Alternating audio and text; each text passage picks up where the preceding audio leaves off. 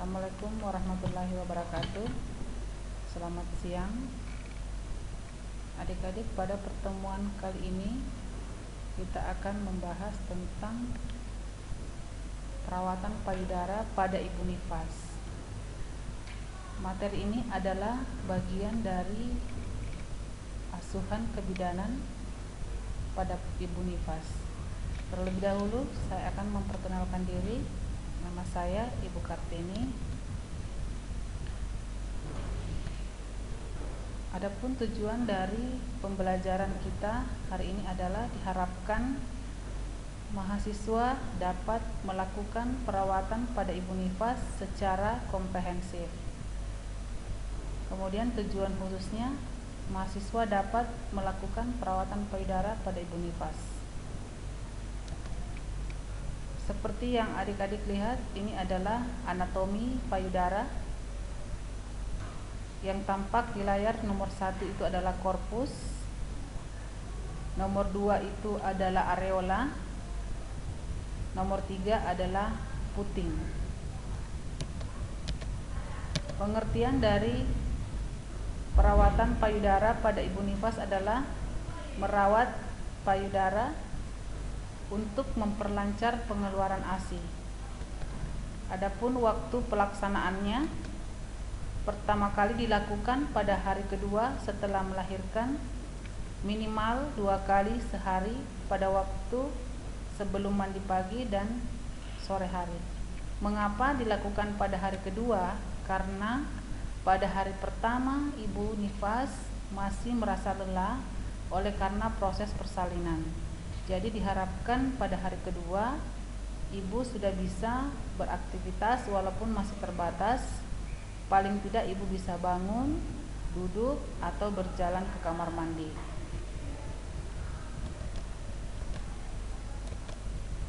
Selanjutnya tujuan perawatan payudara. Yang pertama, menjaga kebersihan payudara. Yang kedua, mengenyalkan serta memperbaiki puting susu. Mengenyalkan serta memperbaiki puting susu. Tujuannya adalah setelah kita melakukan perawatan payudara, puting susu yang kaku dapat menjadi lunak sehingga proses atau kegiatan menyusui dapat berlangsung dengan baik. Karena puting susu yang kaku sering kita jumpai pada ibu-ibu yang baru pertama kali menyusui, sehingga jika terjadi seperti itu, kadang-kadang ibu merasa sudah tidak ingin lagi memberi ASI pada bayinya. Yang ketiga, merangsang kelenjar-kelenjar air susu. Jadi pada saat perawatan payudara itu merupakan salah satu upaya untuk memperlancar ASI. Walaupun seperti yang kita ketahui bahwa produksi ASI bukan hanya semata-mata dari faktor perawatan payudara, tetapi banyak faktor, antara lain dari nutrisi, hormon yang diproduksi pada saat masa nifas atau pada saat ibu menyusui. Kemudian yang keempat, mendeteksi dini kelainan puting susu. Jadi pada saat kita melakukan perawatan payudara, kita dapat melihat bagaimana keadaan puting susu ibu tersebut. Jadi kalau misalnya kita dapati puting susunya tenggelam atau puting susunya datar ataupun ada retak-retak pada puting susu, itu langsung dapat kita lihat sehingga kita dapat membantu ibu untuk memberikan penanganan yang nanti akhirnya ibu tersebut dapat tetap memberikan ASI kepada bayinya. Selanjutnya, tujuan dari perawatan payudara adalah mempersiapkan psikis ibu untuk menyusui.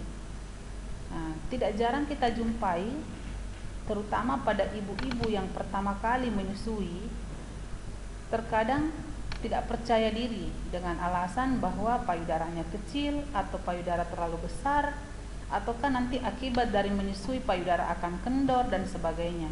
pada saat kita merawat payudara, kita bisa sebelumnya mendiskusikan kepada ibu bahwa kegiatan menyusui mempunyai tujuan yang sangat baik demi perkembangan kejiwaan bayi. Demikian halnya dengan ibu. Ibu dapat memberikan ASI secara maksimal tanpa harus memikirkan hal-hal yang sebelumnya sudah ada di benak ibu. Selanjutnya, bagaimana supaya kita bisa mendapat hasil yang baik dari perawatan payudara? Yang pertama, harus dilakukan secara teratur dan sistematis. Teratur di sini artinya jika kita sudah melakukan di saat setiap pagi dan sore, maka kita harus melakukan setiap hari seperti itu selama ibu dalam perawatan. Kemudian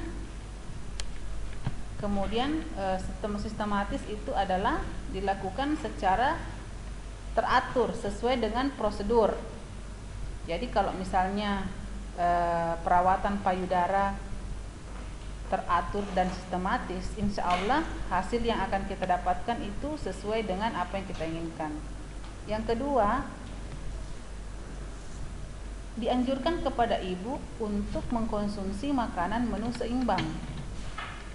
Jadi ibu-ibu yang menyusui tidak hanya mengkonsumsi satu jenis makanan tertentu, karena ada beberapa suku di negara kita yang tidak membolehkan ibu menyusui mengkonsumsi ikan, atau dia hanya dianjurkan mengkonsumsi telur secara terus-menerus sampai masa nifas selesai, atau hanya mengkonsumsi tahu saja.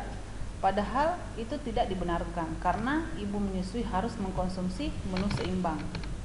Yang ketiga, menggunakan bra atau BH yang menyokong payudara. Jadi BH yang baik adalah BH yang menyokong, bukan BH yang menekan payudara. Karena banyak kita jumpai di pasar produksi bra yang tidak menyokong payudara malah akan menghalangi produksi ASI karena terlalu ketat dan sangat keras, sehingga wadah atau tempat untuk menampung ASI di payudara itu tidak ada karena tertekan oleh BH yang keras atau yang ketat. Yang keempat, memperhatikan kebersihan sehari-hari. Jadi selain dari bra yang digunakan, ibu-ibu juga yang menyusui harus memperhatikan kebersihan yang lain seperti mencuci tangan. Ibu yang menyusui harus mencuci tangan terlebih dahulu sebelum memberi ASI, karena tangan yang kotor kemudian menyentuh payudara otomatis akan ikut serta pada saat bayi menyusu, sehingga tujuan dari pemberian ASI eksklusif kadang-kadang tidak berhasil dengan baik karena bayi akan mudah sakit, sehingga kalau sakit dia akan diberi obat dan sebagainya sehingga eksklusifnya tidak didapat. Kemudian ibu yang menyusui harus istirahat yang cukup dan pikiran yang tenang. Ibu-ibu yang menyusui diharapkan tidak stres, karena ibu yang stres sangat-sangat mempengaruhi produksi ASI. Kemudian istirahat yang cukup pada ibu nifas atau ibu menyusui akan membantu mempercepat pemulihan kondisinya, karena banyak sekali ya sering kita jumpai setelah bayinya lahir dia menganggap masalah sudah selesai.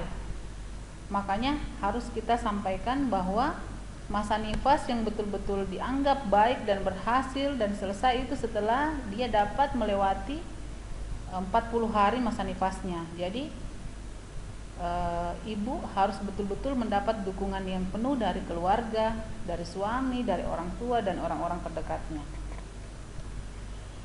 Selanjutnya tidak dianjurkan untuk mengkonsumsi minuman beralkohol. Jadi ibu menyusui tidak boleh merokok dan tidak boleh minum minuman beralkohol. Saya kira ini sudah sangat jelas dan tidak perlu diulang lagi. Ya. Selanjutnya Tekniknya adalah sebagai berikut. Yang pertama, menggunakan minyak atau baby oil yang cukup. Di sini kita akan mempersiapkan beberapa alat dan bahan untuk melakukan perawatan payudara. Jadi nanti di akhir slide adik-adik akan menyaksikan video contoh dari perawatan payudara pada Ibu Nipas.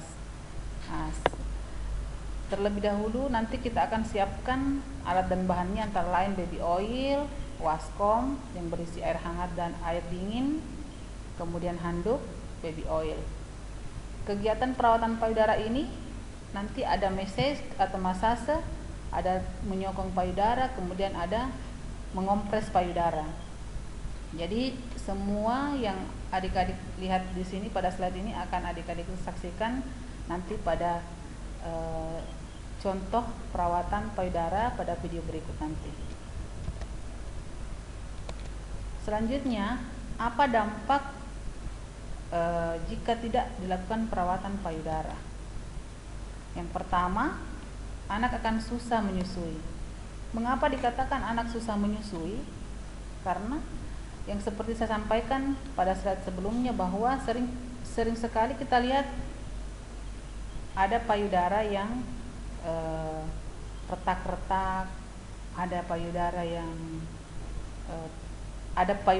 maksud saya ada puting susu yang retak, ada puting susu yang tenggelam, ada yang pendek, ada yang panjang, sehingga itu akan sedikit menyusahkan anak bayi untuk menyusu pada ibunya.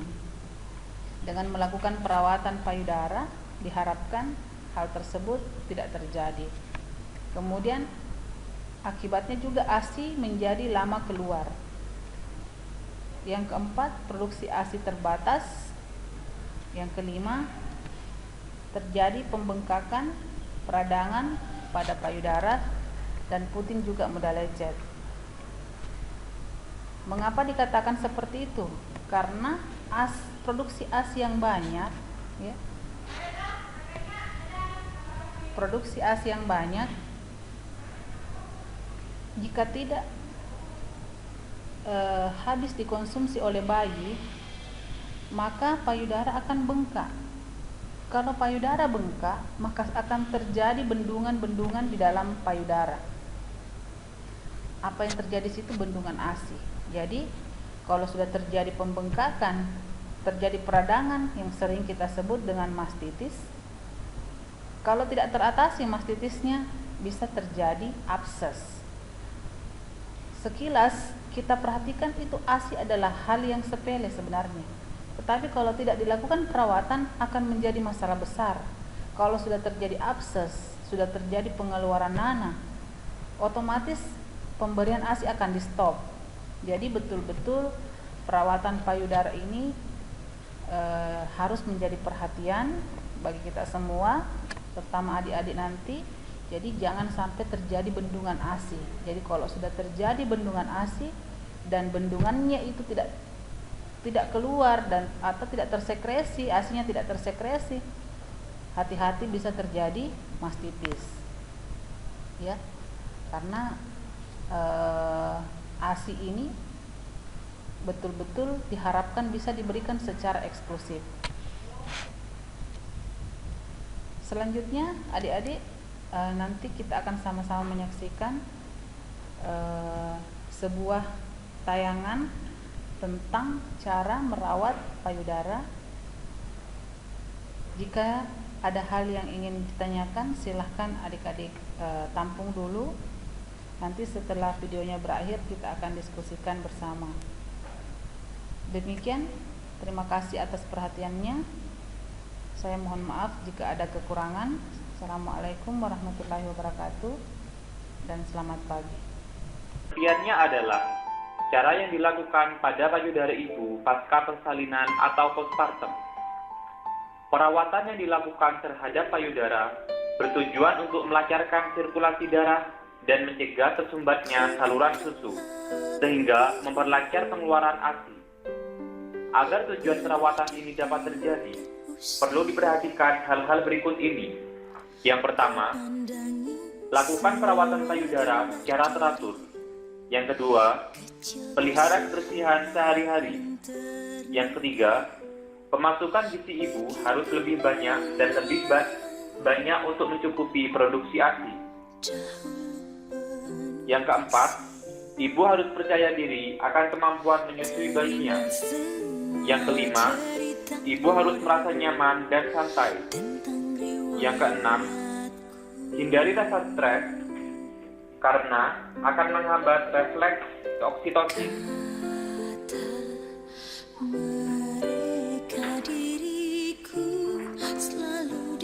Untuk persiapannya adalah siapkan alat dan bahan sebagai berikut. Yang pertama, minyak kelapa atau baby oil.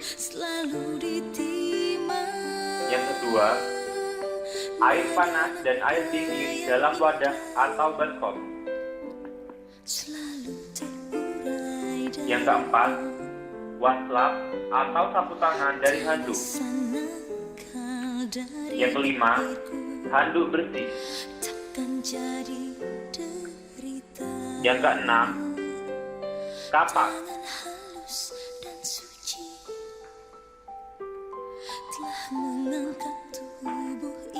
Untuk pelaksanaannya, yang pertama, buka handuk pasien.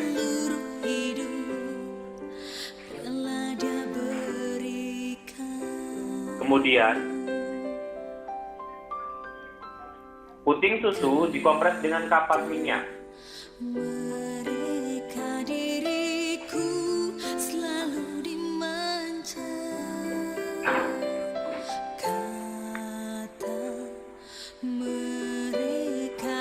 Yang kedua, puting dipegang dengan ibu jari dan jari telunjuk. Diputar 5-10 kali ke dalam dan 5-10 kali keluar.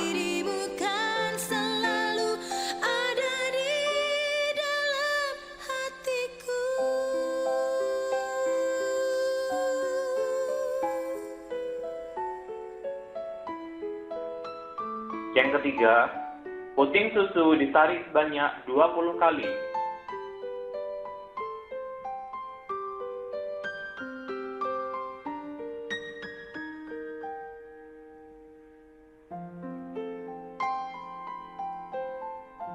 Yang keempat, merangsang dengan ujung wastafel.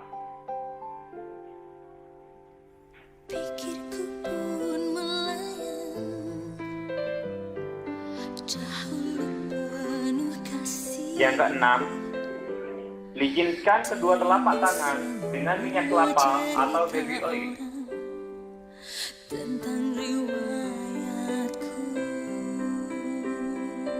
Dan yang ketujuh, tempatkan kedua telapak tangan di antara kedua payudara menghadap ke bawah. Telapak tangan lingkari payudara dari bagian tengah ke arah atas, kemudian menuju ke arah bawah. Kemudian tangan lepaskan dengan cepat ke arah depan. Lakukan gerakan ini sebanyak 20 kali.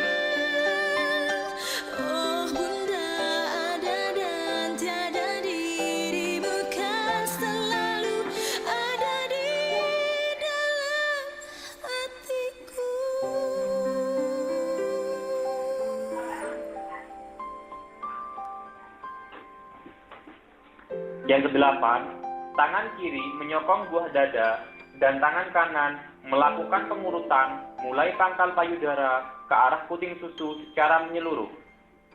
Lakukan gerakan ini masing-masing 20 kali.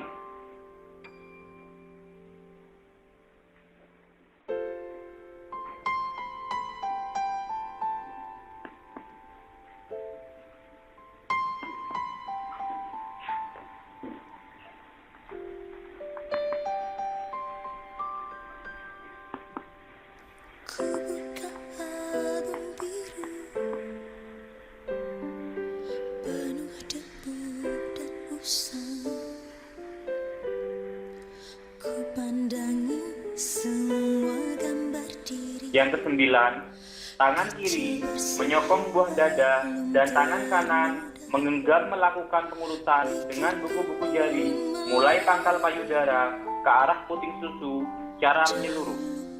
Lakukan masing gerakan-gerakan ini sebanyak 20 kali. Teringat semua cerita orang tentang riwayatku.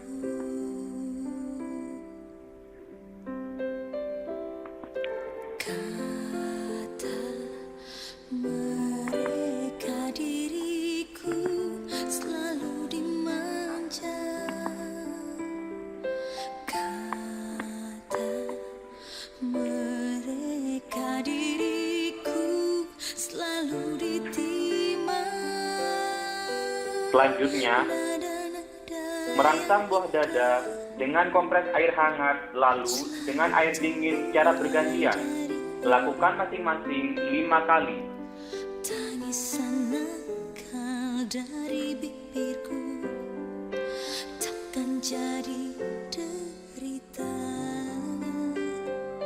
Tangan halus dan suci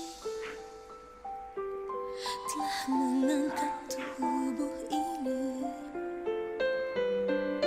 Jiwa, raga, dan seluruh hidup rela dia berikan.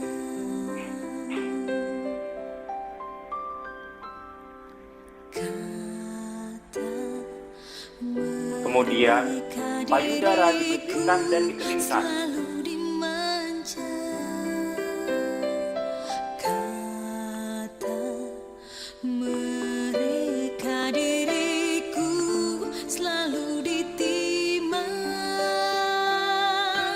Oh Bunda, ada dan tiada, dirimu kan selalu ada di Dan yang terakhir, rapikan pakaian pasien.